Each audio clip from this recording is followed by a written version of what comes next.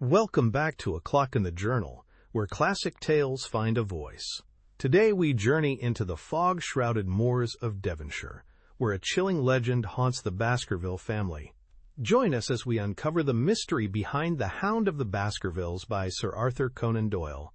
Let the shadows fall and the story begin. Chapter 7. The Stapletons of Merripit House. The fresh beauty of the following morning did something to efface from our minds the grim and gray impression which had been left upon both of us by our first experience of Baskerville Hall. As Sir Henry and I sat at breakfast, the sunlight flooded in through the high mullioned windows, throwing watery patches of color from the coats of arms which covered them. The dark paneling glowed like bronze in the golden rays, and it was hard to realize that this was indeed the chamber which had struck such a gloom into our souls upon the evening before. "I guess it is ourselves, and not the house that we have to blame," said the baronet. "We were tired with our journey and chilled by our drive, so we took a grey view of the place. Now we are fresh and well, so it is all cheerful once more." "And yet it was not entirely a question of imagination," I answered. "Did you, for example, happen to hear someone, a woman, I think, sobbing in the night?" "That is curious, for I did when I was half asleep fancy that I heard something of the sort. I waited quite a time, but there was no more of it, so I concluded that it was all a dream. I heard it distinctly, and I am sure that it was really the sob of a woman. We must ask about this right away." He rang the bell and asked Barrymore whether he could account for our experience.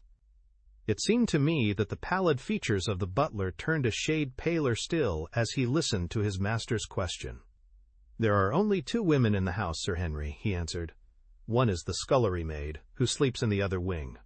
The other is my wife, and I can answer for it that the sound could not have come from her." And yet he lied as he said it, for it chanced that after breakfast I met Mrs. Barrymore in the long corridor, with the sun full upon her face. She was a large, impassive, heavy-featured woman, with a stern, set expression of mouth. But her telltale eyes were red, and glanced at me from between swollen lids. It was she, then, who wept in the night, and if she did so her husband must know it. Yet he had taken the obvious risk of discovery in declaring that it was not so. Why had he done this?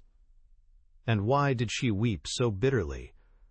Already round this pale-faced, handsome, black-bearded man there was gathering an atmosphere of mystery and of gloom. It was he who had been the first to discover the body of Sir Charles, and we had only his word for all the circumstances which led up to the old man's death.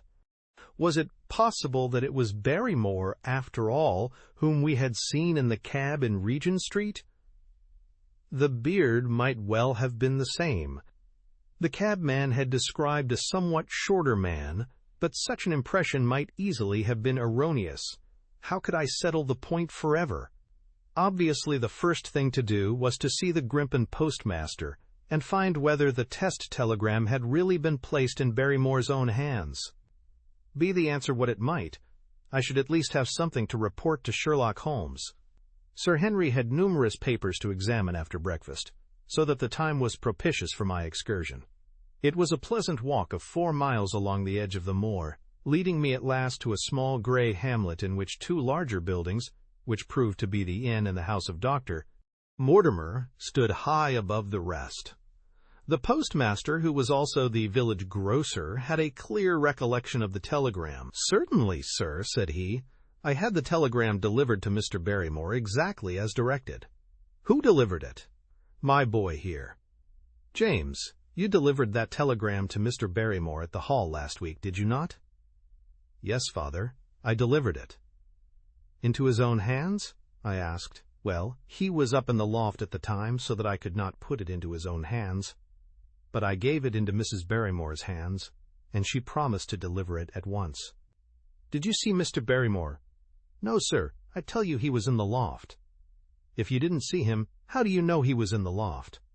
"Well, surely his own wife ought to know where he is," said the postmaster testily. "Didn't he get the telegram? If there is any mistake, it is for Mr. Barrymore himself to complain." It seemed hopeless to pursue the inquiry any farther, but it was clear that in spite of Holmes's ruse, we had no proof that Barrymore had not been in London all the time. Suppose that it were so. Suppose that the same man had been the last who had seen Sir Charles alive, and the first to dog the new heir when he returned to England. What then? Was he the agent of others, or had he some sinister design of his own? What interest could he have in persecuting the Baskerville family? I thought of the strange warning clipped out of the leading article of the Times. Was that his work, or was it possibly the doing of someone who was bent upon counteracting his schemes? The only conceivable motive was that which had been suggested by Sir Henry, that if the family could be scared away, a comfortable and permanent home would be secured for the Barrymores. But surely such an explanation as that would be quite inadequate to account for the deep and subtle scheming which seemed to be weaving an invisible net round the young baronet. Holmes himself had said that no more complex case had come to him in all the long series of his sensational investigations. I prayed, as I walked back along the gray, lonely road, that my friend might soon be freed from his preoccupations, and able to come down to take this heavy burden of responsibility from my shoulders. Suddenly my thoughts were interrupted by the sound of running feet behind me, and by a voice which called me by name. I turned, expecting to see Dr. Mortimer, but to my surprise it was a stranger who was pursuing me. He was a small, slim, clean-shaven, prim-faced man, flaxen-haired and lean-jawed, between 30 and 40 years of age, dressed in a gray suit and wearing a straw hat. A tin box for botanical specimens hung over his shoulder, and he carried a green butterfly net in one of his hands. "You will, I am sure, excuse my presumption, Dr. Watson," said he as he came panting up to where I stood. "Here on the moor we are homely folk, and do not wait for formal introductions. You may possibly have heard my name from our mutual friend Mortimer. I am Stapleton of Merripit House." "Your net and box would have told me as much," said I, for I knew that Mr. Stapleton was a naturalist. "But how did you know me?" "I have been calling on Mortimer, and he pointed you out to me from the window of his surgery as you passed. As our road lay the same way, I thought that I would overtake you and introduce myself." "I trust that Sir Henry is none the worse for his journey?" "He is very well, thank you. We were all rather afraid that after the sad death of Sir Charles the new baronet might refuse to live here. It is asking much of a wealthy man to come down and bury himself in a place of this kind, but I need not tell you that it means a very great deal to the countryside. Sir Henry has, I suppose, no superstitious fears in the matter?" "I do not think that it is likely." "Of course you know the legend of the fiend dog which haunts the family?" "I have heard it." "It is extraordinary how credulous the peasants are about here. Any number of them are ready to swear that they have seen such a creature upon the moor." He spoke with a smile, but I seemed to read in his eyes that he took the matter more seriously. The story took a great hold upon the imagination of Sir Charles, and I have no doubt that it led to his tragic end. But how? His nerves were so worked up that the appearance of any dog might have had a fatal effect upon his diseased heart. I fancy that he really did see something of the kind upon that last night in the yew alley. I feared that some disaster might occur, for I was very fond of the old man, and I knew that his heart was weak. "How did you know that?"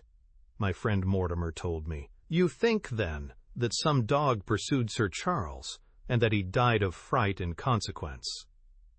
Have you any better explanation?" "I have not come to any conclusion." "Has Mr. Sherlock Holmes?" The words took away my breath for an instant, but a glance at the placid face and steadfast eyes of my companion showed that no surprise was intended.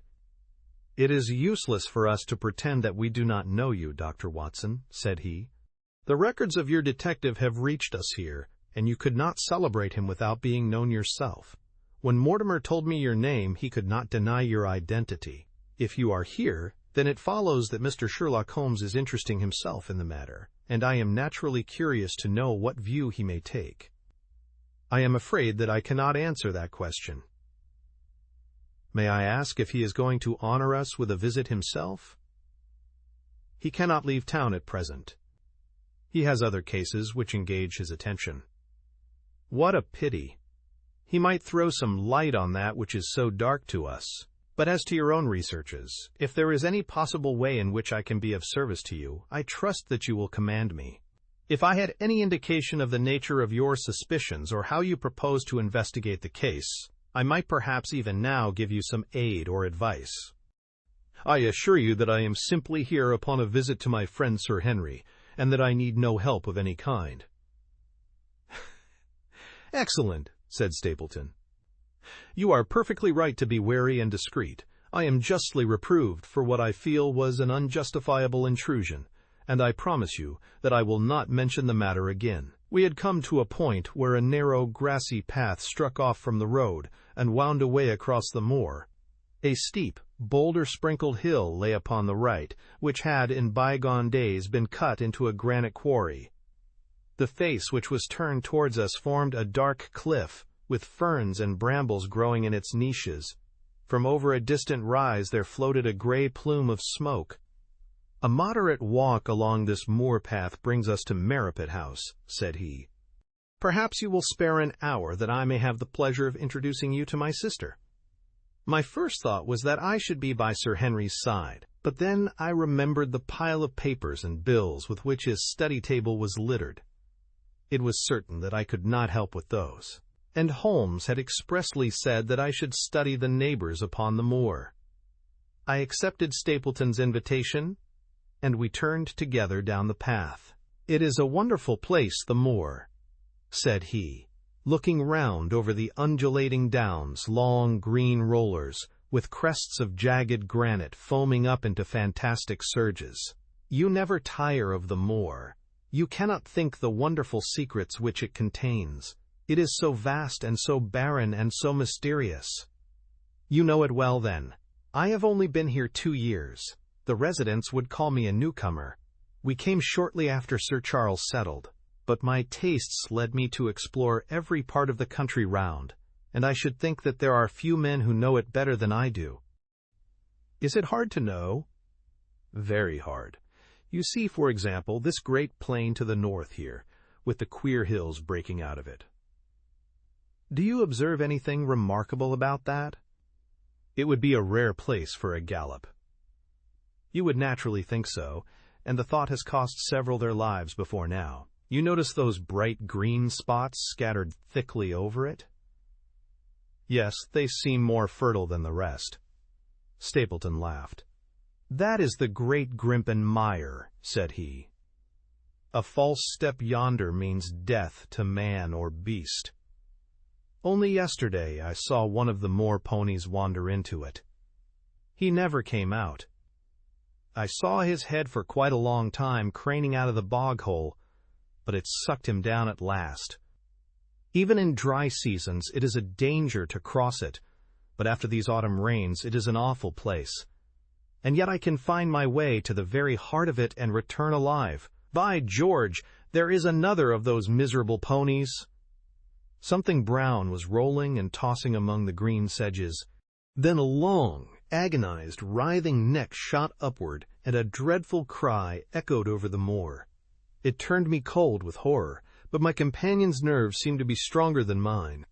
"It's gone," said he. "The mire has him, 2 in 2 days, and many more perhaps, for they get in the way of going there in the dry weather, and never know the difference until the mire has them in its clutches. It's a bad place, the great Grimpen Mire." "And you say you can penetrate it?" "Yes, there are 1 or 2 paths which a very active man can take. I have found them out. But why should you wish to go into so horrible a place?" "Well, you see the hills beyond? They are really islands cut off on all sides by the impassable mire, which has crawled round them in the course of years. That is where the rare plants and the butterflies are, if you have the wit to reach them. I shall try my luck some day." He looked at me with a surprised face. "For God's sake, put such an idea out of your mind," said he. "Your blood would be upon my head. I assure you that there would not be the least chance of your coming back alive. It is only by remembering certain complex landmarks that I am able to do it." "Halloa!" I cried. "What is that?" A long, low moan, indescribably sad, swept over the moor. It filled the whole air, and yet it was impossible to say whence it came. From a dull murmur it swelled into a deep roar, and then sank back into a melancholy throbbing murmur once again. Stapleton looked at me with a curious expression in his face. "Queer place, the Moor," said he. "But what is it?" "The peasants say it is the hound of the Baskervilles calling for its prey. I've heard it once or twice before, but never quite so loud." I looked round with a chill of fear in my heart at the huge swelling plain, mottled with the green patches of rushes. Nothing stirred over the vast expanse save a pair of ravens, which croaked loudly from a tor behind us. "You are an educated man. You don't believe such nonsense as that?" said I.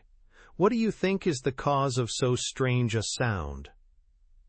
"Bogs make queer noises sometimes. It's the mud settling, or the water rising, or something." No, that was a living voice." "Well, perhaps it was. Did you ever hear a bittern booming?" "No, I never did. It's a very rare bird, practically extinct, in England now, but all things are possible upon the moor. Yes, I should not be surprised to learn that what we have heard is the cry of the last of the bitterns. It's the weirdest, strangest thing that ever I heard in my life. Yes, it's rather an uncanny place altogether. Look at the hillside yonder. What do you make of those?" The whole steep slope was covered with gray, circular rings of stone, a score of them at least. "What are they? Sheep pens?" "No, they are the homes of our worthy ancestors. Prehistoric man lived thickly on the moor, and as no one in particular has lived there since, we find all his little arrangements exactly as he left them. These are his wigwams with the roofs off. You can even see his hearth and his couch if you have the curiosity to go inside. But it is quite a town. When was it inhabited? Neolithic man, no date. What did he do? He grazed his cattle on these slopes, and he learned to dig for tin when the bronze sword began to supersede the stone axe. Look at the great trench in the opposite hill. That is his mark. Yes, you will find some very singular points about the moor, Dr. Watson." "Oh, excuse me an instant. It is surely cyclopids." A small fly or moth had fluttered across our path, and in an instant Stapleton was rushing with extraordinary energy and speed in pursuit of it. To my dismay, the creature flew straight for the great mire, and my acquaintance never paused for an instant, bounding from tuft to tuft behind it, his green net waving in the air. His gray clothes and jerky, zigzag, irregular progress made him not unlike some huge moth himself. I was standing watching his pursuit with a mixture of admiration for his extraordinary activity and fear lest he should lose his footing in the treacherous mire, when I heard the sound of steps and, turning round, found a woman near me upon the path. She had come from the direction in which the plume of smoke indicated the position of Merripit House, but the dip of the moor had hid her until she was quite close. I could not doubt that this was the Miss Stapleton of whom I had been told, since ladies of any sort must be few upon the moor, and I remembered that I had heard someone describe her as being a beauty. The woman who approached me was certainly that, and of a most uncommon type. There could not have been a greater contrast between brother and sister, for Stapleton was neutral-tinted, with light hair and gray eyes, while she was darker than any brunette whom I have seen in England, slim, elegant, and tall. She had a proud, finely cut face, so regular that it might have seemed impassive were it not for the sensitive mouth and the beautiful dark, eager eyes. With her perfect figure and elegant dress she was, indeed, a strange apparition upon a lonely moorland path. Her eyes were on her brother as I turned, and then she quickened her pace towards me. I had raised my hat and was about to make some explanatory remark when her own words turned all my thoughts into a new channel. "Go back," she said. "Go straight back to London. Instantly." I could only stare at her in stupid surprise. Her eyes blazed at me, and she tapped the ground impatiently with her foot. "Why should I go back?" I asked. I cannot explain." She spoke in a low, eager voice with a curious lisp in her utterance. "But for God's sake, do what I ask you. Go back and never set foot upon the moor again." "But I have only just come." "Man, man," she cried, "can you not tell when a warning is for your own good? Go back to London! Start tonight! Get away from this place at all costs." "Hush! My brother is coming. Not a word of what I have said." "Would you mind getting that orchid for me among the mare's tails yonder? We are very rich in orchids on the moor, though of course you are rather late to see the beauties of the place." Stapleton had abandoned the chase and came back to us breathing hard and flushed with his exertions. "Helloa, Beryl," said he, and it seemed to me that the tone of his greeting was not altogether a cordial one. "Well, Jack, you are very hot." "Yes, I was chasing a cyclopides. He is very rare and seldom found in the late autumn. What a pity that I should have missed him." He spoke unconcernedly, but his small, light eyes glanced incessantly from the girl to me. "You have introduced yourselves, I can see." "Yes. I was telling Sir Henry that it was rather late for him to see the true beauties of the moor." "Why, who do you think this is?" "I imagine that it must be Sir Henry Baskerville." "No, no," said I. "Only a humble commoner, but his friend." "My name is Dr. Watson." A flush of vexation passed over her expressive face. "We have been talking at cross purposes," said she. "Why, you had not very much time for talk," her brother remarked with the same questioning eyes. "I talked as if Dr. Watson were a resident instead of being merely a visitor," said she. "It cannot much matter to him whether it is early or late for the orchids. But you will come on, will you not, and see Merripit House?" A short walk brought us to it. A bleak moorland house, once the farm of some grazier in the old prosperous days, but now put into repair and turned into a modern dwelling. An orchard surrounded it, but the trees, as is usual upon the moor, were stunted and nipped, and the effect of the whole place was mean and melancholy. We were admitted by a strange, wizened, rusty-coated old manservant, who seemed in keeping with the house. Inside, however, there were large rooms furnished with an elegance in which I seemed to recognize the taste of the lady. As I looked from their windows at the interminable granite-flecked moor rolling unbroken to the farthest horizon, I could not but marvel at what could have brought this highly educated man and this beautiful woman to live in such a place. "Queer twos, is it not?" said he, as if in answer to my thought. "And yet we manage to make ourselves fairly happy, do we not, Beryl?" "Quite happy," said she, but there was no ring of conviction in her words. "I had a school," said Stapleton. "It was in the North Country. The work to a man of my temperament was mechanical and uninteresting, but the privilege of living with youth, of helping to mold those young minds, and of impressing them with one's own character and ideals was very dear to me. However, the fates were against us. A serious epidemic broke out in the school, and 3 of the boys died. It never recovered from the blow, and much of my capital was irretrievably swallowed up. And yet, if it were not for the loss of the charming companionship of the boys, I could rejoice over my own misfortune, for, with my strong tastes for botany and zoology, I find an unlimited field of work here, and my sister is as devoted to nature as I am. All this, Dr. Watson, has been brought upon your head by your expression, as you surveyed the moor out of our window. It certainly did cross my mind that it might be a little dull, less for you, perhaps, than for your sister." "No, no, I am never dull," said she quickly. "We have books, we have our studies, and we have interesting neighbors. Dr. Mortimer is a most learned man in his own line. Poor Sir Charles was also an admirable companion. We knew him well, and miss him more than I can tell. Do you think that I should intrude if I were to call this afternoon and make the acquaintance of Sir Henry? I am sure that he would be delighted. Then perhaps you would mention that I propose to do so. We may, in our humble way, do something to make things more easy for him until he becomes accustomed to his new surroundings." Will you come upstairs, Dr. Watson, and inspect my collection of Lepidoptera? I think it is the most complete one in the southwest of England. By the time that you have looked through them, lunch will be almost ready.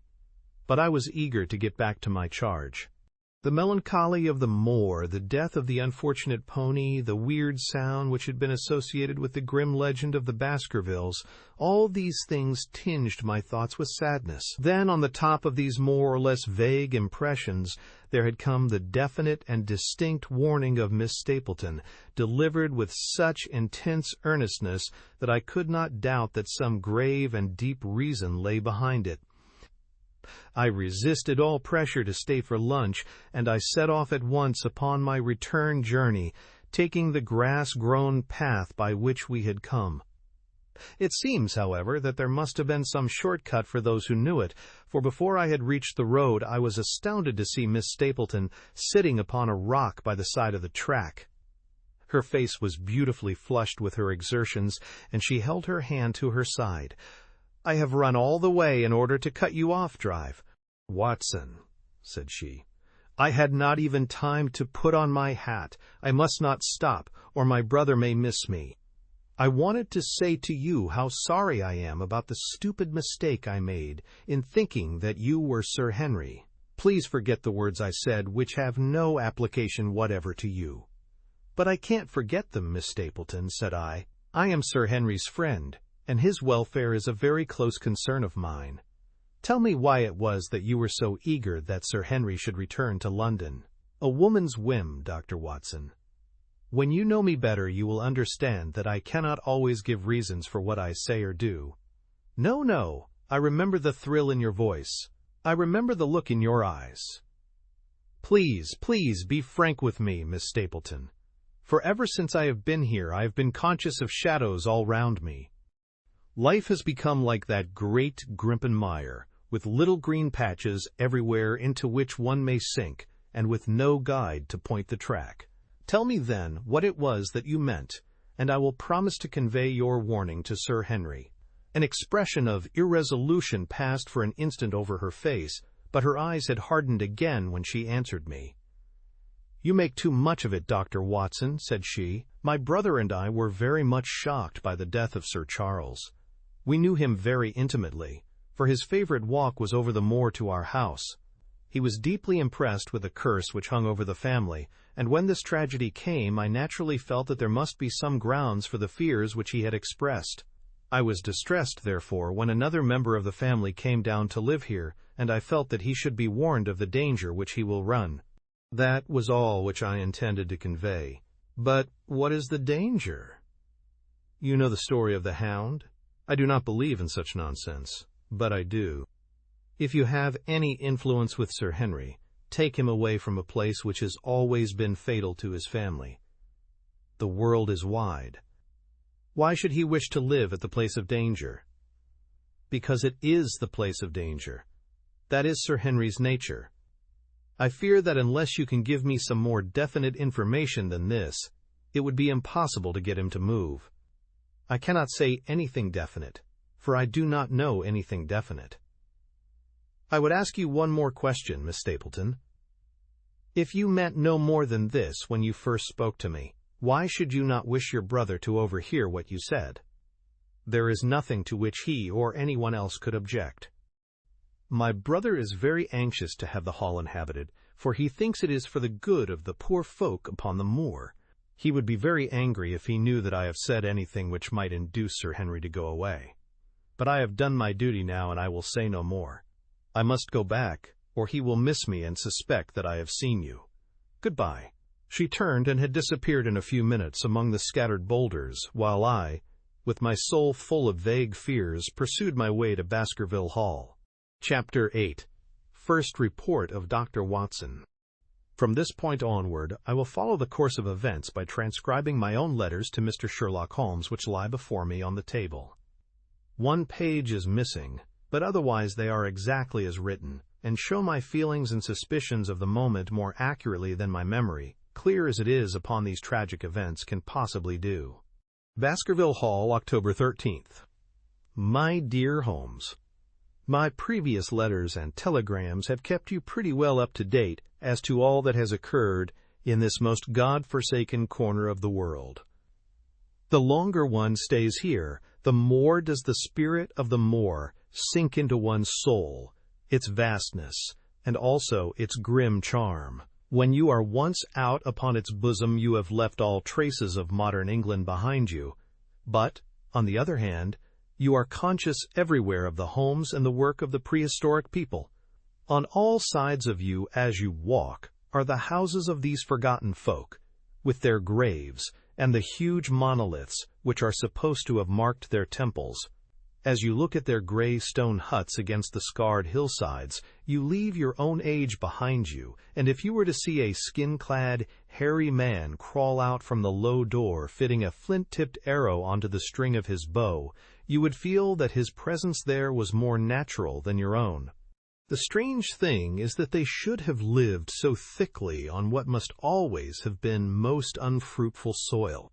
I am no antiquarian, but I could imagine that they were some unwarlike and harried race who were forced to accept that which none other would occupy.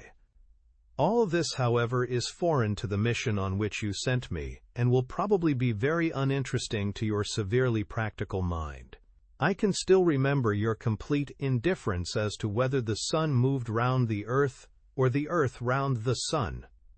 Let me therefore return to the facts concerning Sir Henry Baskerville. If you have not had any report within the last few days, it is because up to today there was nothing of importance to relate. Then a very surprising circumstance occurred which I shall tell you in due course. But first of all, I must keep you in touch with some of the other factors in the situation. One of these, concerning which I have said little, is the escaped convict upon the moor. There is strong reason now to believe that he has got right away, which is a considerable relief to the lonely householders of this district. A fortnight has passed since his flight, during which he has not been seen and nothing has been heard of him. It is surely inconceivable that he could have held out upon the moor during all that time. Of course, so far as his concealment goes, there is no difficulty at all. Any one of these stone huts would give him a hiding place. But there is nothing to eat unless he were to catch and slaughter one of the moor sheep. We think, therefore, that he has gone, and the outlying farmers sleep the better in consequence. We are 4 able-bodied men in this household, so that we could take good care of ourselves, but I confess that I have had uneasy moments when I have thought of the Stapletons. They live miles from any help. There are one maid, an old manservant, the sister, and the brother, the latter not a very strong man. They would be helpless in the hands of a desperate fellow like this Notting Hill criminal, if he could once effect an entrance. Both Sir Henry and I were concerned at their situation, and it was suggested that Perkins the groom should go over to sleep there, but Stapleton would not hear of it. The fact is that our friend, the baronet, begins to display a considerable interest in our fair neighbor. It is not to be wondered at, for time hangs heavily in this lonely spot to an active man like him, and she is a very fascinating and beautiful woman. There is something tropical and exotic about her which forms a singular contrast to her cool and unemotional brother, yet he also gives the idea of hidden fires. He has certainly a very marked influence over her, for I have seen her continually glance at him as she talked, as if seeking approbation for what she said. I trust that he is kind to her.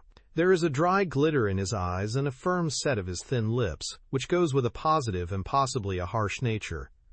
You would find him an interesting study. He came over to call upon Baskerville on that first day, and the very next morning he took us both to show us the spot where the legend of the wicked Hugo is supposed to have had its origin. It was an excursion of some miles across the moor to a place which is so dismal that it might have suggested the story. We found a short valley between rugged tors which led to an open grassy space flecked over with the white cotton grass. In the middle of it rose 2 great stones, worn and sharpened at the upper end until they looked like the huge, corroding fangs of some monstrous beast. In every way it corresponded with the scene of the old tragedy. Sir Henry was much interested, and asked Stapleton more than once whether he did really believe in the possibility of the interference of the supernatural in the affairs of men. He spoke lightly, but it was evident that he was very much in earnest.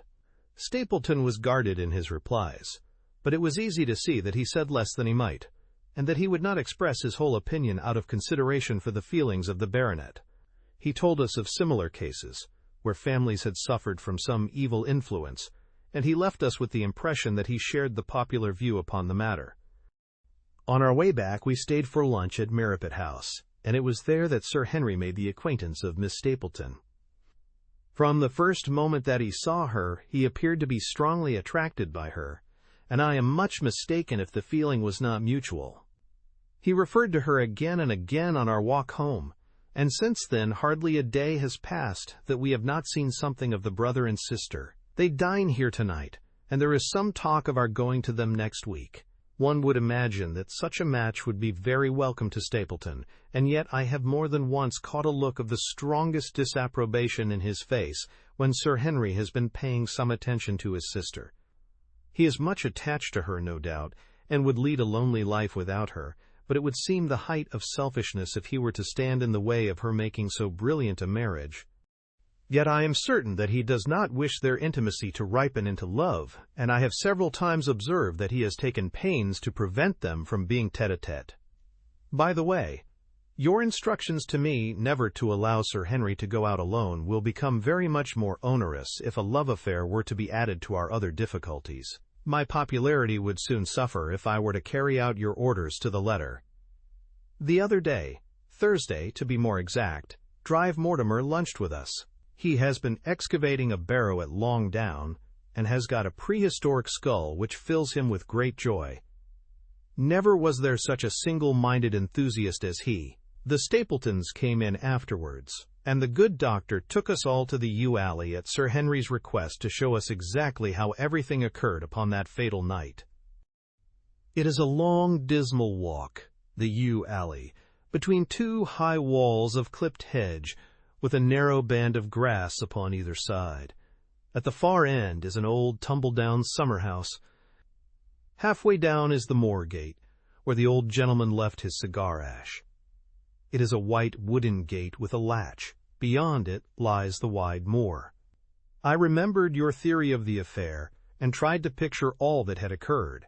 As the old man stood there, he saw something coming across the moor, something which terrified him so that he lost his wits and ran until he died of sheer horror and exhaustion.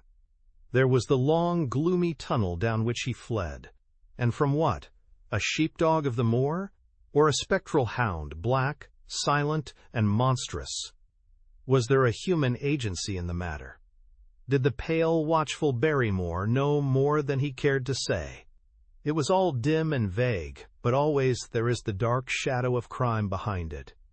One other neighbor I have met since I wrote last. This is Mr. Frankland, of Laughter Hall, who lives some 4 miles to the south of us. He is an elderly man, red-faced, white-haired, and choleric. His passion is for the British law, and he has spent a large fortune in litigation. He fights for the mere pleasure of fighting, and is equally ready to take up either side of a question, so that it is no wonder that he has found it a costly amusement. Sometimes he will shut up a right-of-way and defy the parish to make him open it. At others he will with his own hands tear down some other man's gate and declare that a path has existed there from time immemorial, defying the owner to prosecute him for trespass.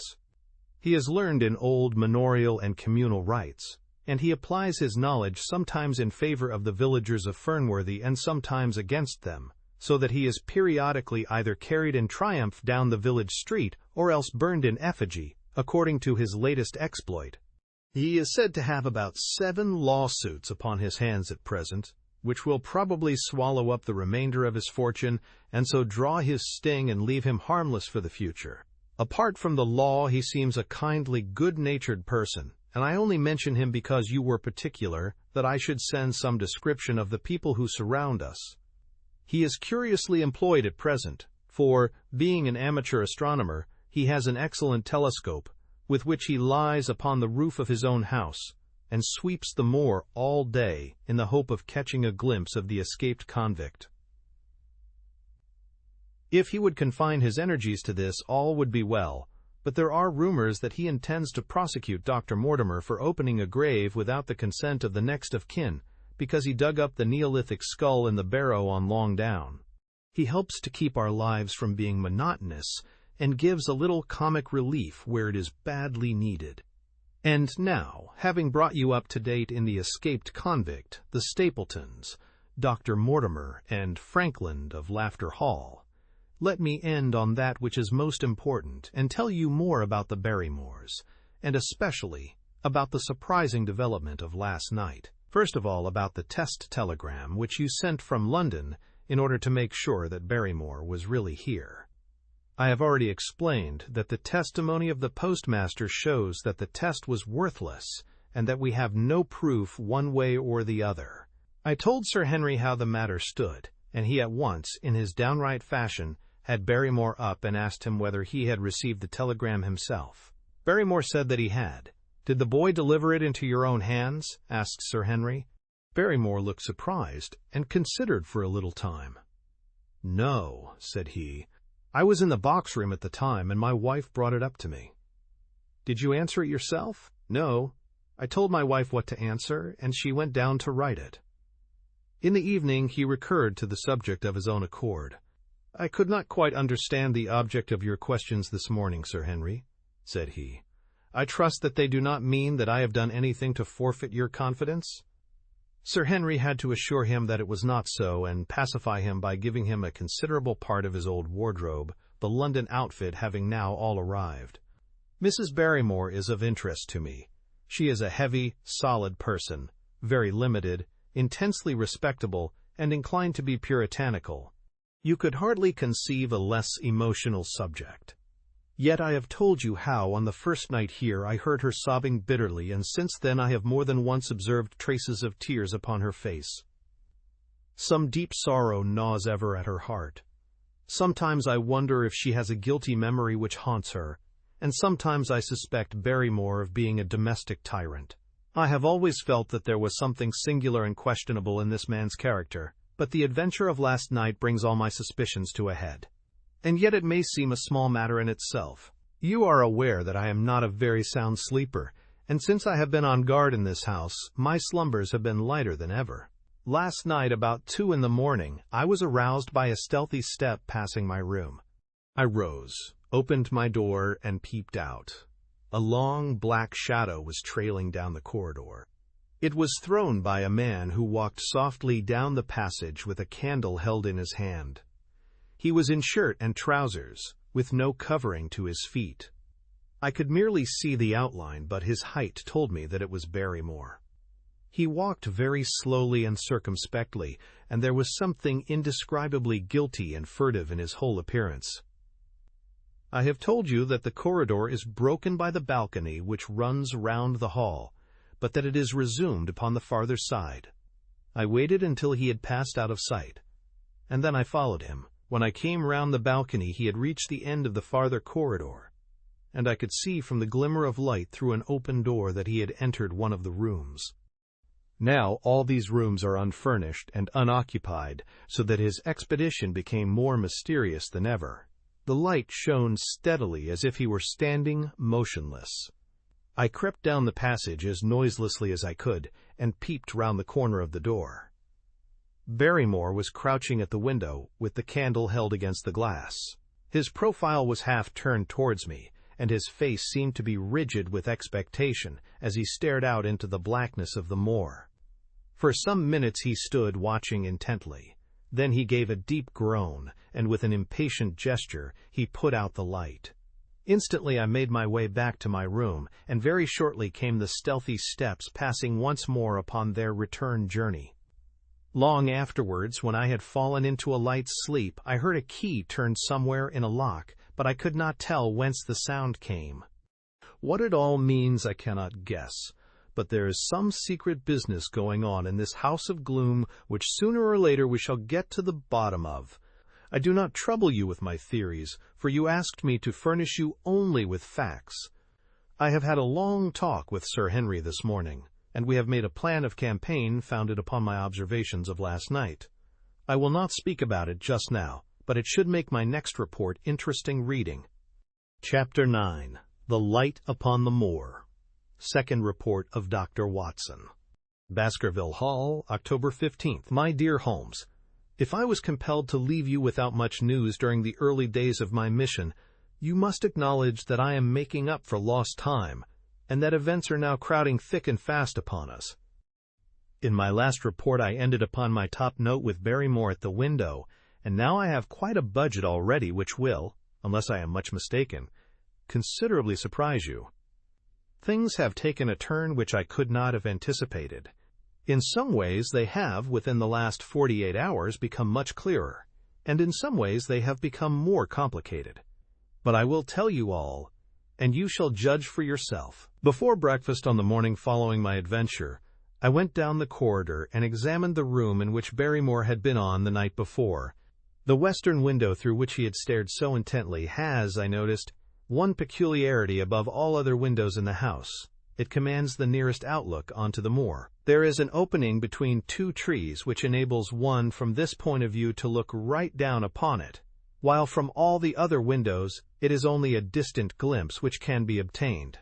It follows, therefore, that Barrymore, since only this window would serve the purpose, must have been looking out for something or somebody upon the moor. The night was very dark, so that I can hardly imagine how he could have hoped to see anyone.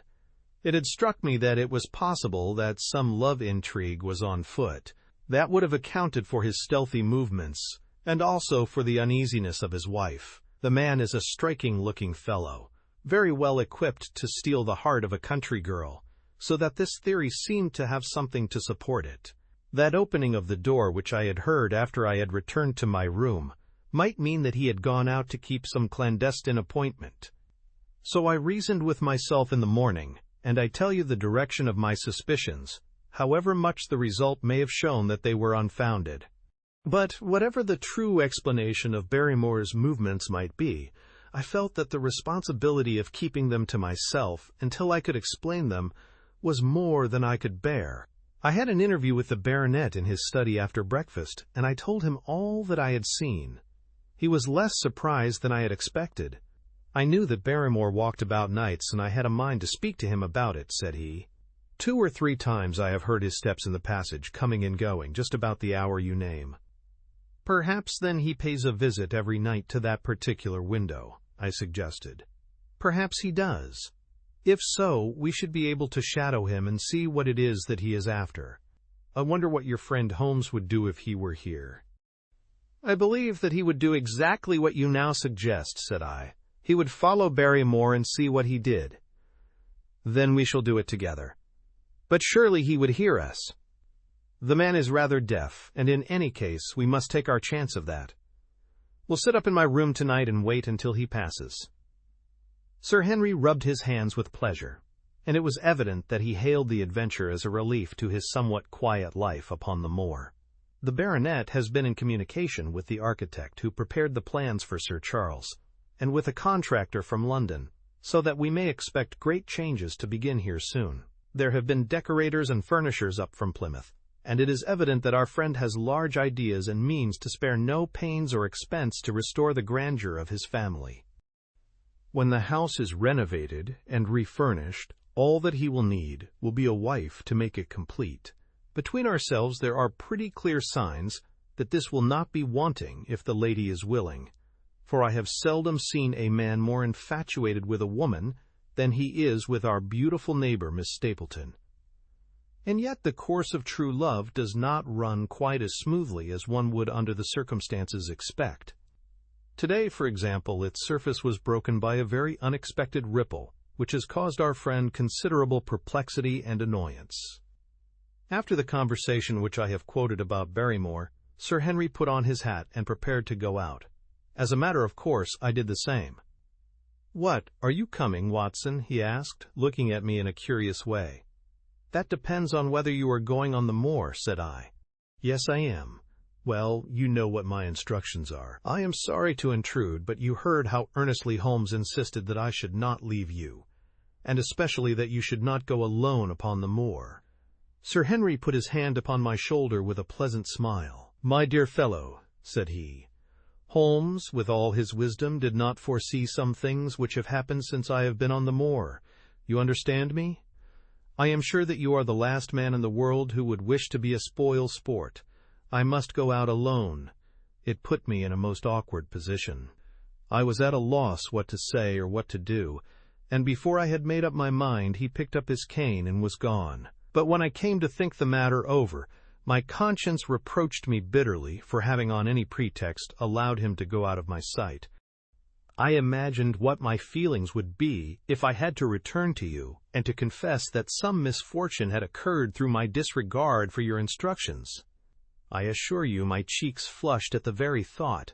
It might not even now be too late to overtake him, so I set off at once in the direction of Merripit House. I hurried along the road at the top of my speed without seeing anything of Sir Henry, until I came to the point where the moor path branches off. There, fearing that perhaps I had come in the wrong direction after all, I mounted a hill from which I could command a view, the same hill which is cut into the dark quarry. Thence I saw him at once. He was on the moor path about a quarter of a mile off, and a lady was by his side who could only be Miss Stapleton. It was clear that there was already an understanding between them, and that they had met by appointment. They were walking slowly along in deep conversation, and I saw her making quick little movements of her hands, as if she were very earnest in what she was saying, while he listened intently, and once or twice shook his head in strong dissent. I stood among the rocks watching them, very much puzzled as to what I should do next. To follow them and break into their intimate conversation seemed to be an outrage, and yet my clear duty was never for an instant to let him out of my sight. To act the spy upon a friend was a hateful task. Still, I could see no better course than to observe him from the hill, and to clear my conscience by confessing to him afterwards what I had done. It is true that if any sudden danger had threatened him, I was too far away to be of use, and yet I am sure that you will agree with me that the position was very difficult, and that there was nothing more which I could do. Our friends, Sir Henry and the lady, had halted on the path, and were standing deeply absorbed in their conversation, when I was suddenly aware that I was not the only witness of their interview. A wisp of green floating in the air caught my eye, and another glance showed me that it was carried on a stick by a man who was moving among the broken ground. It was Stapleton with his butterfly net. He was very much closer to the pair than I was, and he appeared to be moving in their direction. At this instant Sir Henry suddenly drew Miss Stapleton to his side. His arm was round her, but it seemed to me that she was straining away from him with her face averted. He stooped his head to hers, and she raised one hand as if in protest. Next moment I saw them spring apart and turn hurriedly round. Stapleton was the cause of the interruption. He was running wildly towards them, his absurd net dangling behind him. He gesticulated and almost danced with excitement in front of the lovers. What the scene meant I could not imagine, but it seemed to me that Stapleton was abusing Sir Henry, who offered explanations which became more angry as the other refused to accept them. The lady stood by in haughty silence.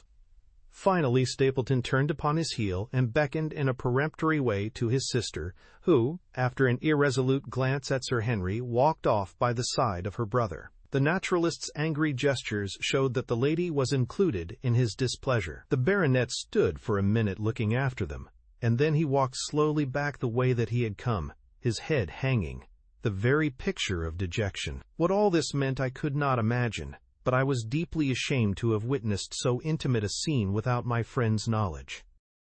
I ran down the hill, therefore, and met the baronet at the bottom. His face was flushed with anger, and his brows were wrinkled, like one who is at his wits' ends what to do. "Halloa, Watson, where have you dropped from?" said he. "You don't mean to say that you came after me in spite of all?" I explained everything to him, how I had found it impossible to remain behind, how I had followed him, and how I had witnessed all that had occurred. For an instant his eyes blazed at me, but my frankness disarmed his anger, and he broke at last into a rather rueful laugh. "You would have thought the middle of that prairie a fairly safe place for a man to be private," said he, "but by thunder, the whole countryside seems to have been out to see me do my wooing, and a mighty poor wooing at that. Where had you engaged a seat?" "I was on that hill." "Quite in the back row, E.H.? But her brother was well up to the front. Did you see him come out on us?" "Yes, I did." Did he ever strike you as being crazy, this brother of hers?" "I can't say that he ever did. I dare say not. I always thought him sane enough until today, but you can take it from me that either he or I ought to be in a straitjacket." "What's the matter with me, anyhow?" "You've lived near me for some weeks, Watson. Tell me straight now, is there anything that would prevent me from making a good husband to a woman that I loved?" "I should say not. He can't object to my worldly position, so it must be myself that he has this down on." "What has he against me? I never hurt man or woman in my life that I know of, and yet he would not so much as let me touch the tips of her fingers." "Did he say so?" "That, and a deal more. I tell you, Watson, I've only known her these few weeks, but from the first I just felt that she was made for me, and she, too. She was happy when she was with me, and that I'll swear. There's a light in a woman's eyes that speaks louder than words. But he has never let us get together, and it was only today for the first time that I saw a chance of having a few words with her alone. She was glad to meet me, but when she did, it was not love that she would talk about, and she wouldn't have let me talk about it either if she could have stopped it. She kept coming back to it, that this was a place of danger, and that she would never be happy until I had left it. I told her that since I had seen her I was in no hurry to leave it, and that if she really wanted me to go, the only way to work it was for her to arrange to go with me. With that I offered in as many words to marry her, but before she could answer, down came this brother of hers, running at us with a face on him like a madman. He was just white with rage, and those light eyes of his were blazing with fury. What was I doing with the lady? How dared I offer her attentions which were distasteful to her?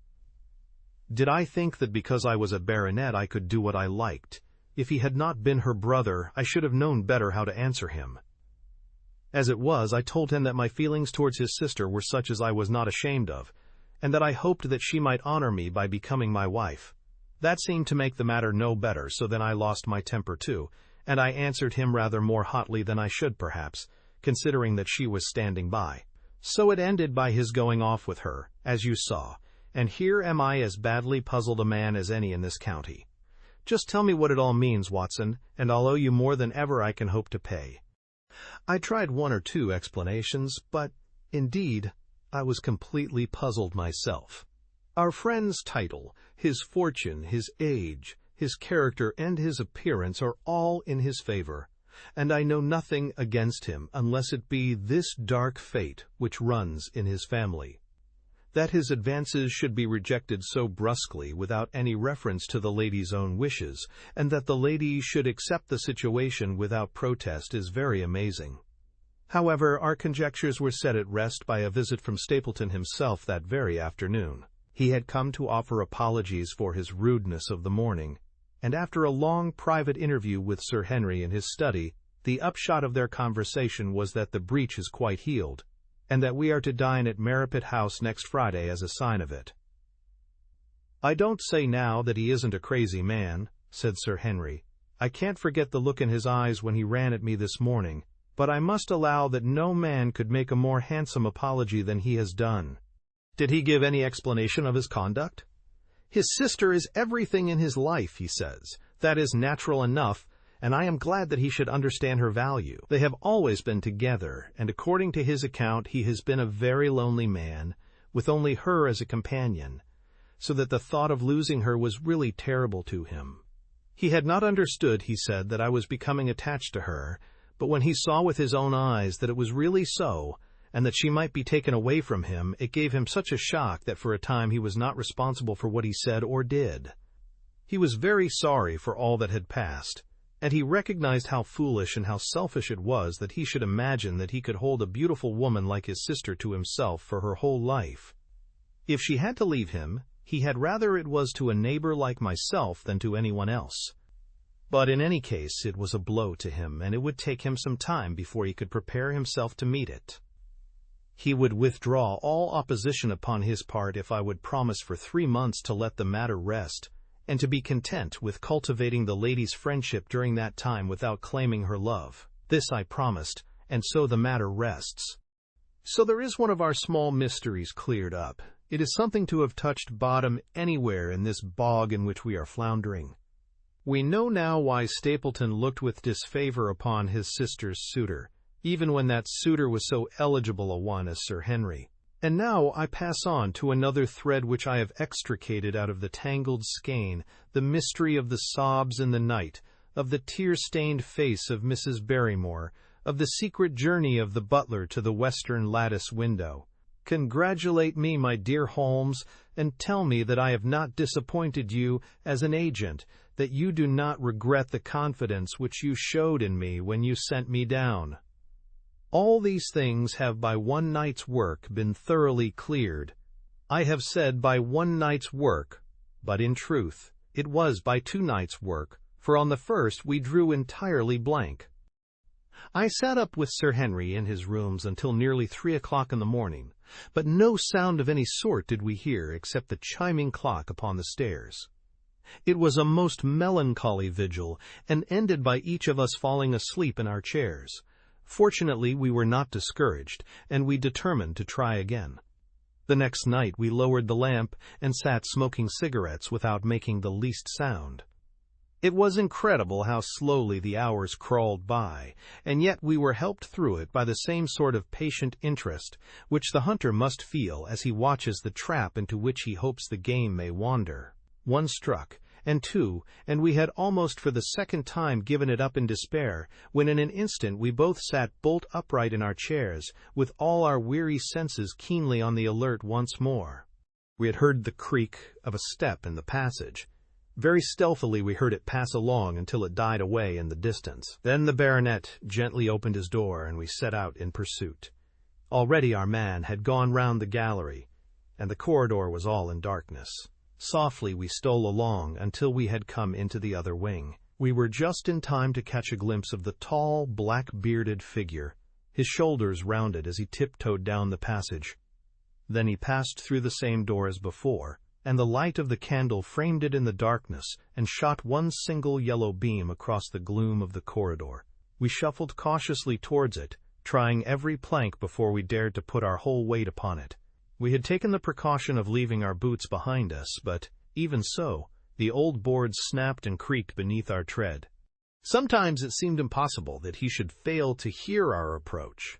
However, the man is fortunately rather deaf, and he was entirely preoccupied in that which he was doing. When at last we reached the door and peeped through, we found him crouching at the window, candle in hand, his white, intent face pressed against the pane, exactly as I had seen him 2 nights before. We had arranged no plan of campaign, but the baronet is a man to whom the most direct way is always the most natural. He walked into the room, and as he did so, Barrymore sprang up from the window with a sharp hiss of his breath, and stood, livid and trembling, before us. His dark eyes, glaring out of the white mask of his face, were full of horror and astonishment as he gazed from Sir Henry to me. "What are you doing here, Barrymore?" "Nothing, sir." His agitation was so great that he could hardly speak, and the shadows sprang up and down from the shaking of his candle. "It was the windows, sir. I go round at night to see that they are fastened." "On the 2nd floor?" "Yes, sir, all the windows." "Look here, Barrymore," said Sir Henry sternly. "We have made up our minds to have the truth out of you, so it will save you trouble to tell it sooner rather than later. Come now, no lies. What were you doing at that window?" The fellow looked at us in a helpless way, and he wrung his hands together like one who is in the last extremity of doubt and misery. "I was doing no harm, sir. I was holding a candle to the window." "And why were you holding a candle to the window?" "Don't ask me, Sir Henry. Don't ask me. I give you my word, sir, that it is not my secret, and that I cannot tell it. If it concerned no one but myself, I would not try to keep it from you." A sudden idea occurred to me, and I took the candle from the trembling hand of the butler. "He must have been holding it as a signal," said I. "Let us see if there is any answer." I held it as he had done, and stared out into the darkness of the night. Vaguely I could discern the black bank of the trees and the lighter expanse of the moor, for the moon was behind the clouds. And then I gave a cry of exultation, for a tiny pinpoint of yellow light had suddenly transfixed the dark veil, and glowed steadily in the center of the black square framed by the window. "There it is!" I cried. "No, no, sir, it is nothing. "Nothing at all," the butler broke in. "I assure you, sir." "Move your light across the window, Watson," cried the baronet. "See, the other moves also. Now, you rascal, do you deny that it is a signal? Come, speak up. Who is your confederate out yonder, and what is this conspiracy that is going on?" The man's face became openly defiant. "It is my business, and not yours. I will not tell." "Then you leave my employment right away." "Very good, sir. If I must, I must." "And you go in disgrace." "By thunder, you may well be ashamed of yourself. Your family has lived with mine for over 100 years under this roof, and here I find you deep in some dark plot against me." "No, no, sir. No, not against you." It was a woman's voice, and Mrs. Barrymore, paler and more horror-struck than her husband, was standing at the door. Her bulky figure in a shawl and skirt might have been comic were it not for the intensity of feeling upon her face. "We have to go, Eliza. This is the end of it." "You can pack our things," said the butler. "Oh, John, John, have I brought you to this? It is my doing, Sir Henry, all mine. He has done nothing except for my sake, and because I asked him." "Speak out, then. What does it mean?" "My unhappy brother is starving on the moor. We cannot let him perish at our very gates. The light is a signal to him that food is ready for him, and his light out yonder is to show the spot to which to bring it." "Then your brother is the escaped convict, sir, Selden, the criminal." "That's the truth, sir," said Barrymore. "I said that it was not my secret, and that I could not tell it to you. But now you have heard it, and you will see that if there was a plot, it was not against you." This, then, was the explanation of the stealthy expeditions at night, and the light at the window. Sir Henry and I both stared at the woman in amazement. Was it possible that this stolidly respectable person was of the same blood as one of the most notorious criminals in the country? "Yes, sir, my name was Selden, and he is my younger brother. We humored him too much when he was a lad, and gave him his own way in everything, until he came to think that the world was made for his pleasure, and that he could do what he liked in it. Then as he grew older he met wicked companions, and the devil entered into him until he broke my mother's heart and dragged our name in the dirt. From crime to crime he sank lower and lower, until it is only the mercy of God which has snatched him from the scaffold.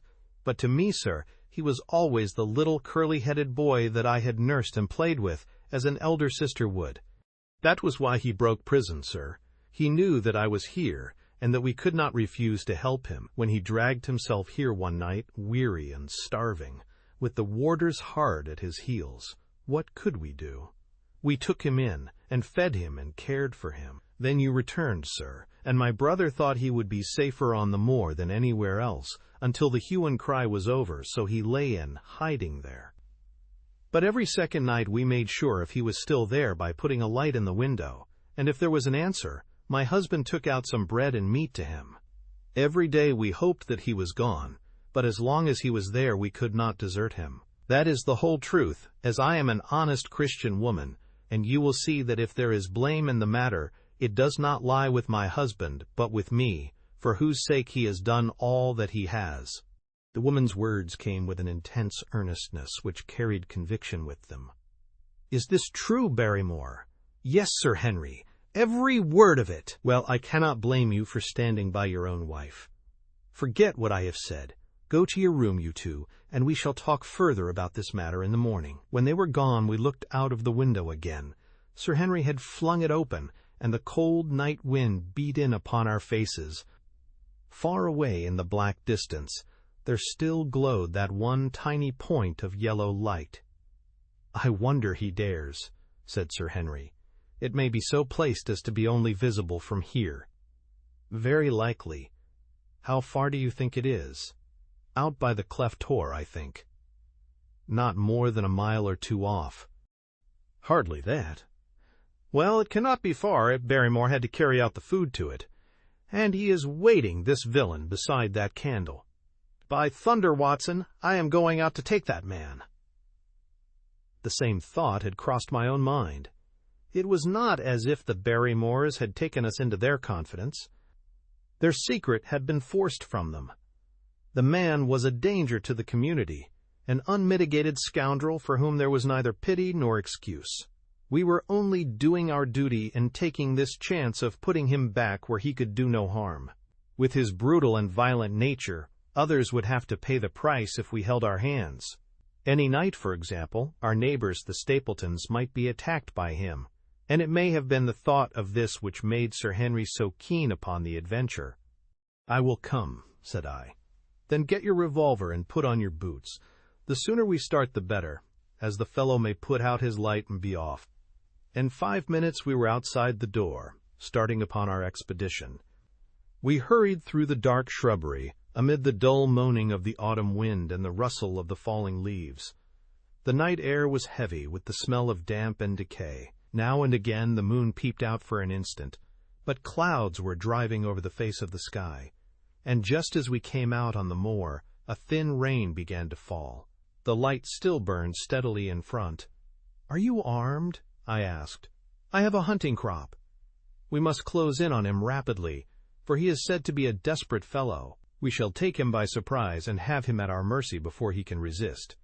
"I say, Watson," said the baronet, "what would Holmes say to this? How about that hour of darkness in which the power of evil is exalted?" As if in answer to his words, there rose suddenly out of the vast gloom of the moor that strange cry which I had already heard upon the borders of the great Grimpen Mire.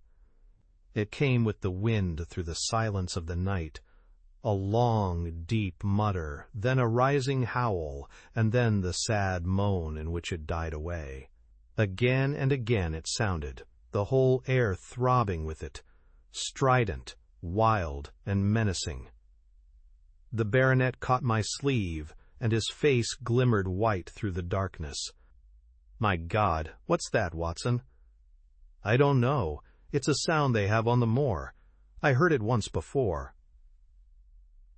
It died away, and an absolute silence closed in upon us.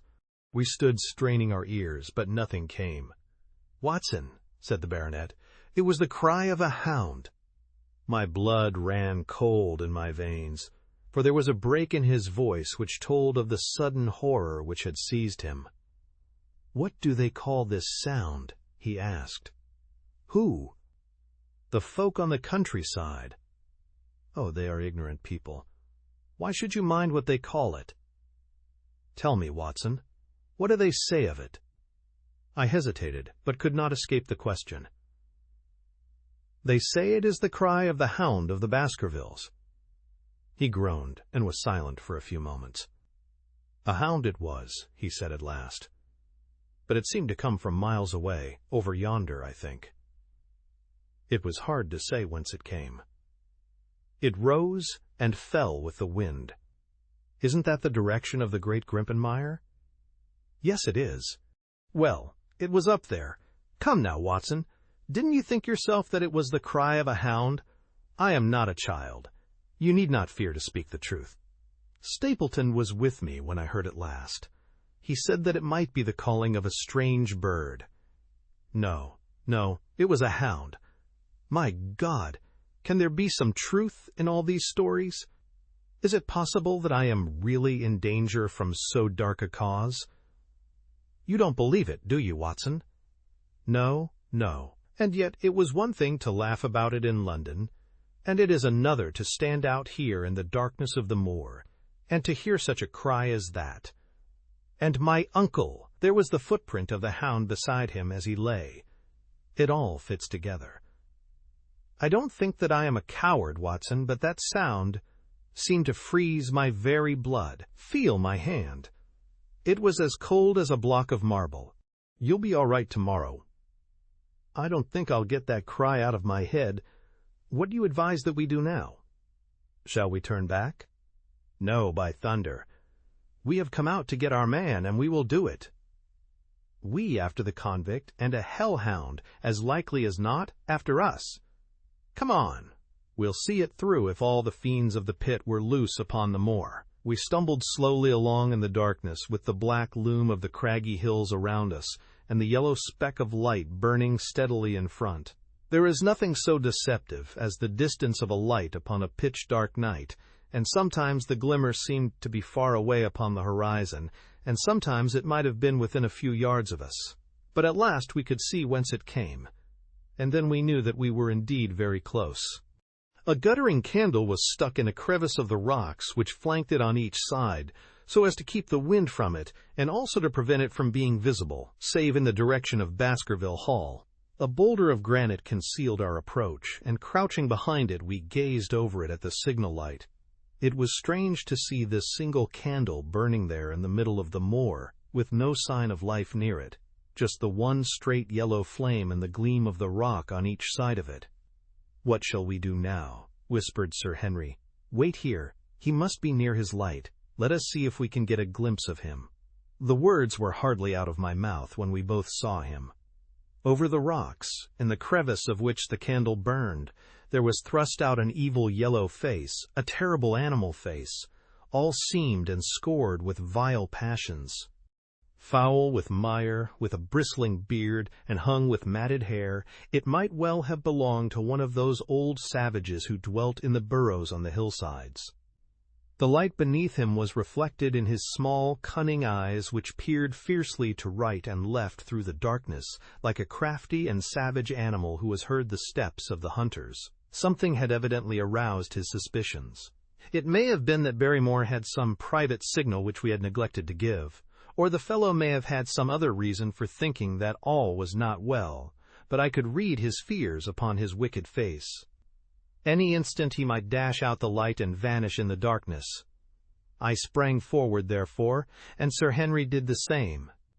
At the same moment, the convict screamed out a curse at us and hurled a rock which splintered up against the boulder which had sheltered us. I caught one glimpse of his short, squat, strongly built figure as he sprang to his feet and turned to run. At the same moment, by a lucky chance, the moon broke through the clouds. We rushed over the brow of the hill, and there was our man running with great speed down the other side, springing over the stones in his way with the activity of a mountain goat. A lucky long shot of my revolver might have crippled him, but I had brought it only to defend myself if attacked, and not to shoot an unarmed man who was running away.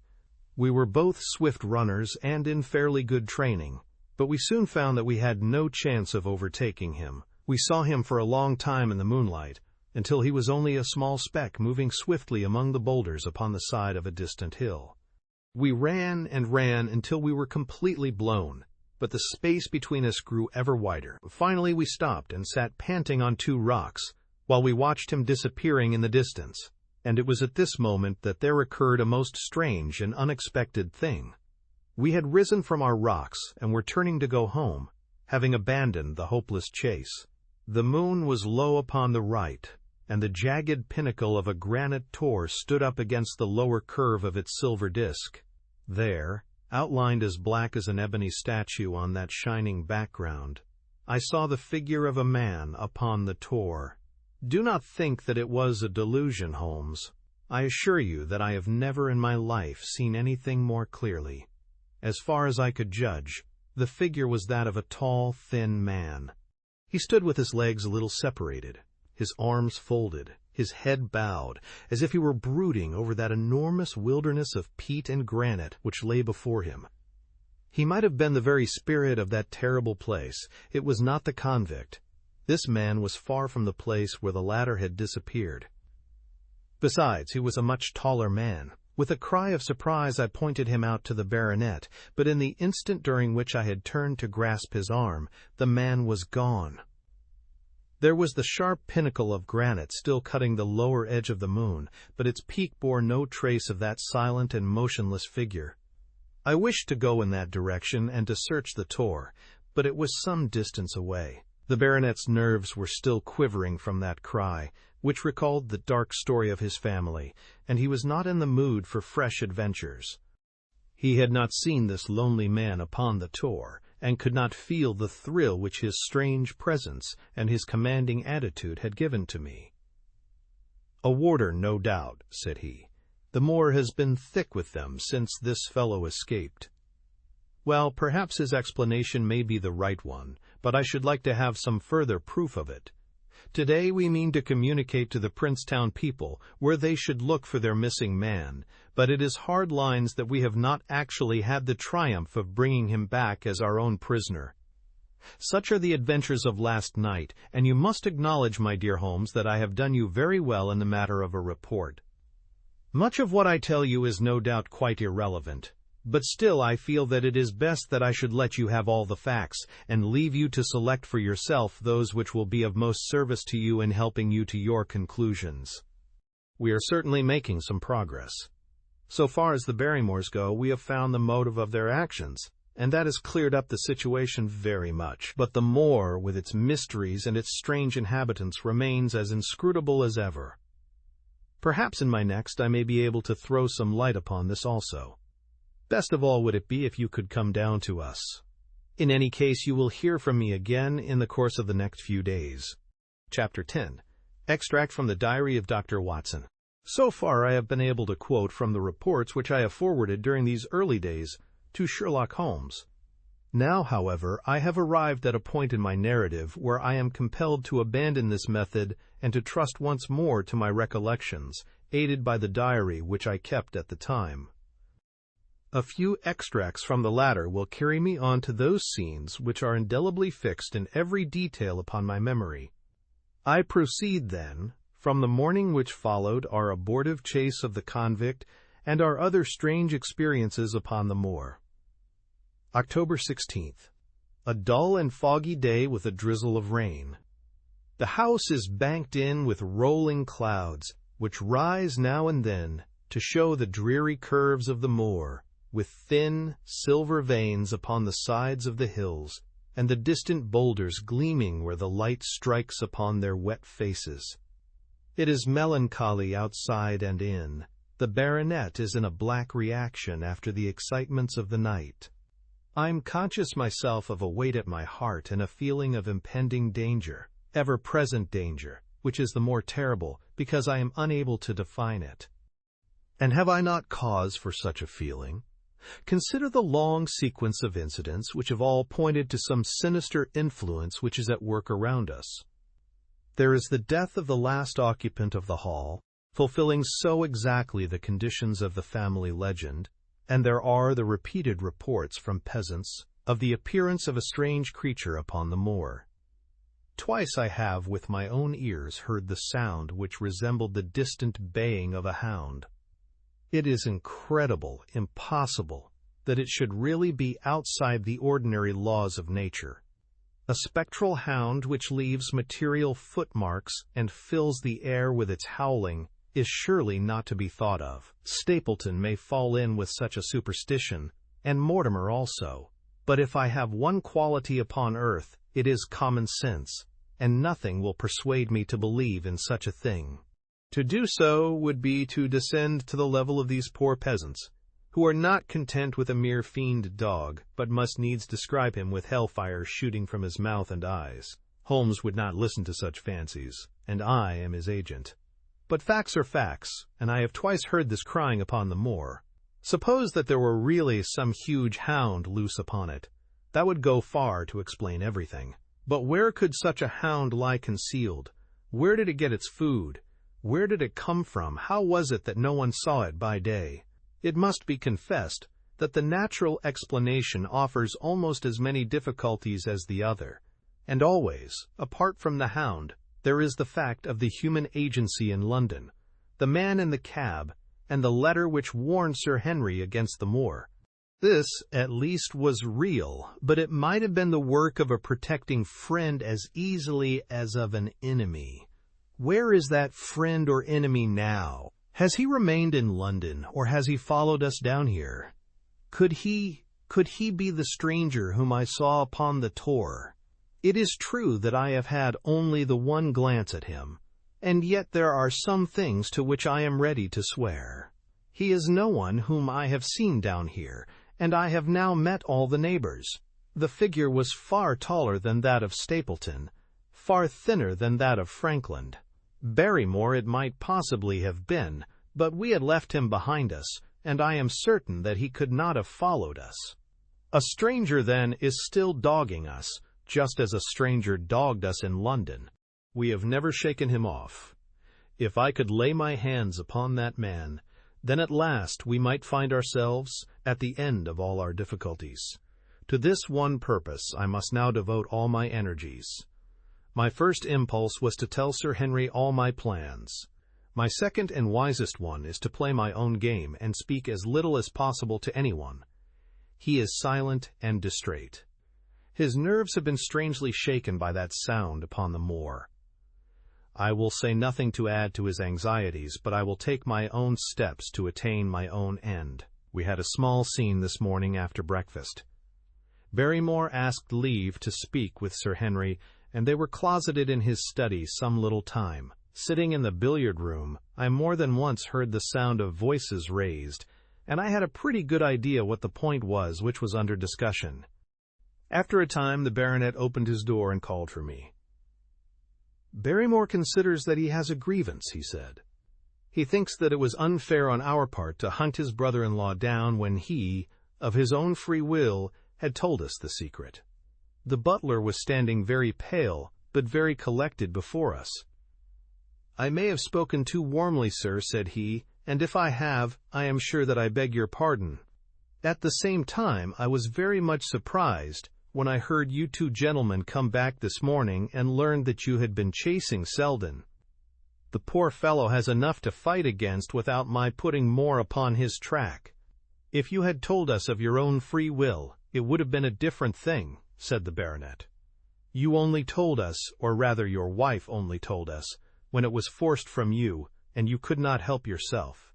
I didn't think you would have taken advantage of it, Sir Henry. Indeed, I didn't. The man is a public danger.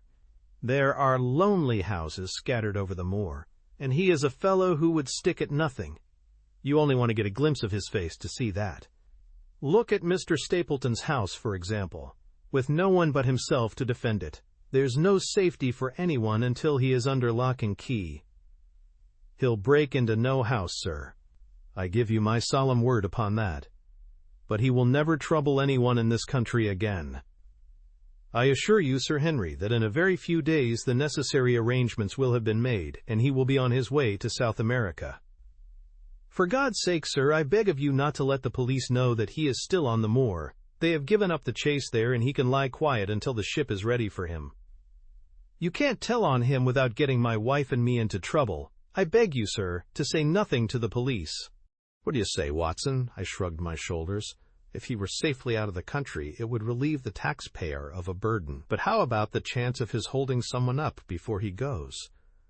"He would not do anything so mad, sir. We have provided him with all that he can want. To commit a crime would be to show where he was hiding." "That is true," said Sir Henry. "Well, Barrymore, God bless you, sir, and thank you from my heart. It would have killed my poor wife had he been taken again. I guess we are aiding and abetting a felony, Watson, but, after what we have heard, I don't feel as if I could give the man up, so there is an end of it. All right, Barrymore, you can go." With a few broken words of gratitude, the man turned, but he hesitated and then came back. "You've been so kind to us, sir, that I should like to do the best I can for you in return. I know something, Sir Henry, and perhaps I should have said it before, but it was long after the inquest that I found it out. I've never breathed a word about it yet to mortal man. It's about poor Sir Charles's death." The baronet and I were both upon our feet.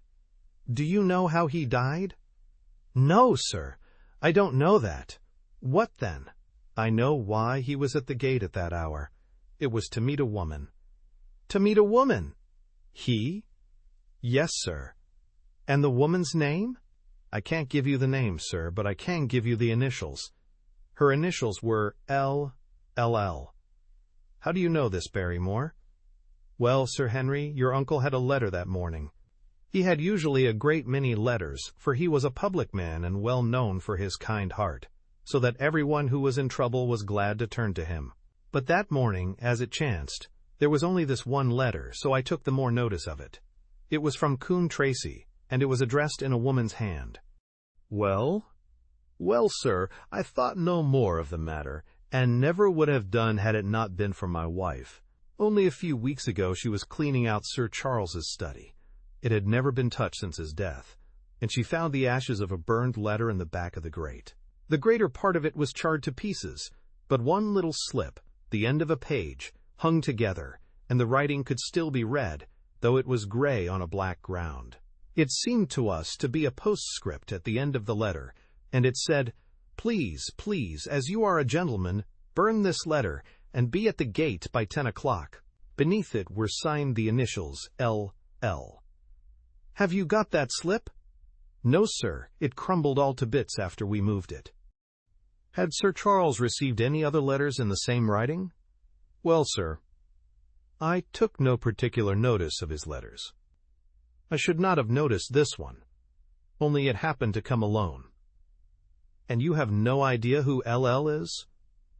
No, sir, no more than you have. But I expect if we could lay our hands upon that lady, we should know more about Sir Charles's death. I cannot understand, Barrymore, how you came to conceal this important information. Well, sir, it was immediately after that our own trouble came to us.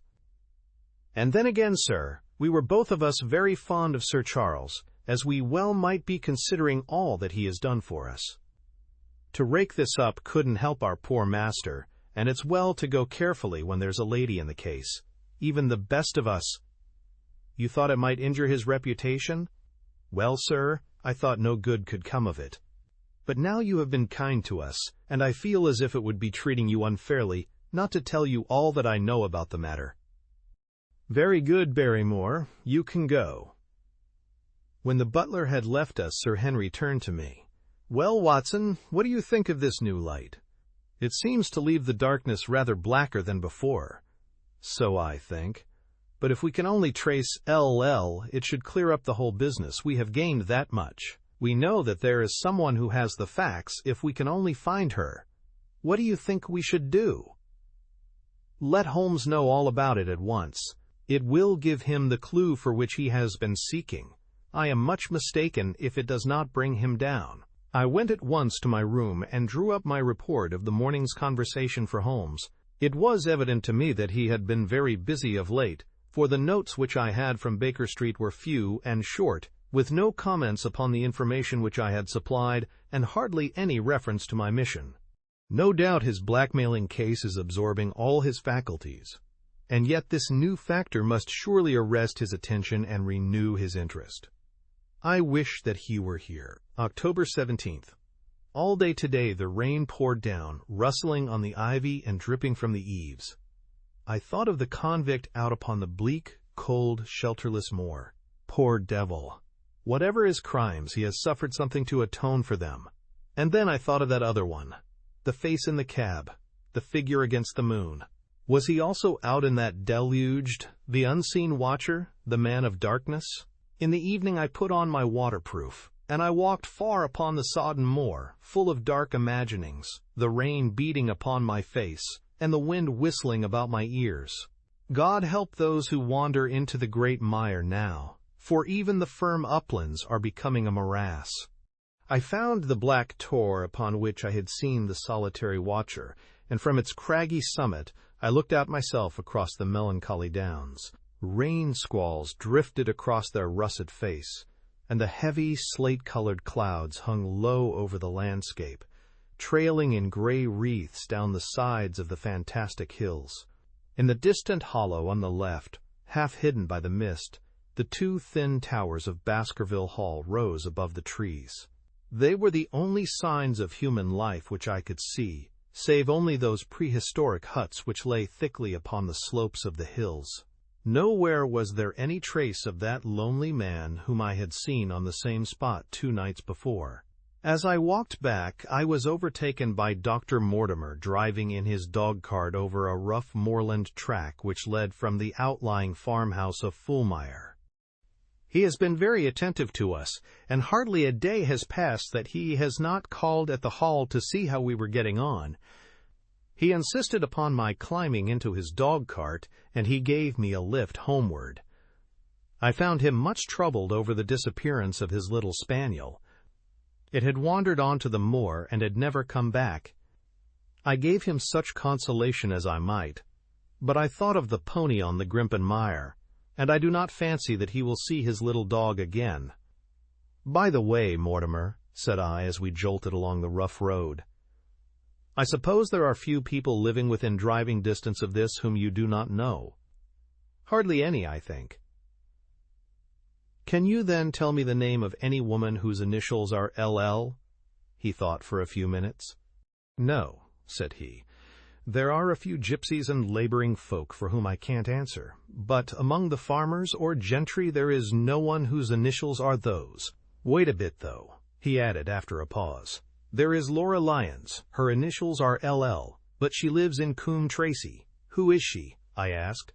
She is Franklin's daughter. What? Old Franklin the Crank? Exactly. She married an artist named Lyons, who came sketching on the Moor. He proved to be a blackguard and deserted her. The fault, from what I hear, may not have been entirely on one side. Her father refused to have anything to do with her because she had married without his consent, and perhaps for one or two other reasons as well. So, between the old sinner and the young one, the girl has had a pretty bad time. How does she live? I fancy old Franklin allows her a pittance, but it cannot be more, for his own affairs are considerably involved. Whatever she may have deserved, one could not allow her to go hopelessly to the bad. Her story got about, and several of the people here did something to enable her to earn an honest living. Stapleton did for one, and Sir Charles for another. I gave a trifle myself. It was to set her up in a typewriting business. He wanted to know the object of my inquiries, but I managed to satisfy his curiosity without telling him too much, for there is no reason why we should take anyone into our confidence. Tomorrow morning I shall find my way to Coombe Tracey, and if I can see this Mrs. Laura Lyons, of equivocal reputation, a long step will have been made towards clearing one incident in this chain of mysteries. I am certainly developing the wisdom of the serpent, for when Mortimer pressed his questions to an inconvenient extent, I asked him casually to what type Franklin's skull belonged, and so heard nothing but craniology for the rest of our drive.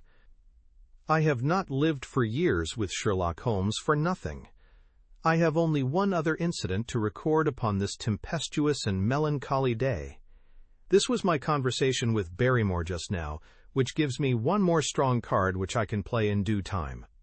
Mortimer had stayed to dinner, and he and the baronet played écarté afterwards. The butler brought me my coffee into the library, and I took the chance to ask him a few questions.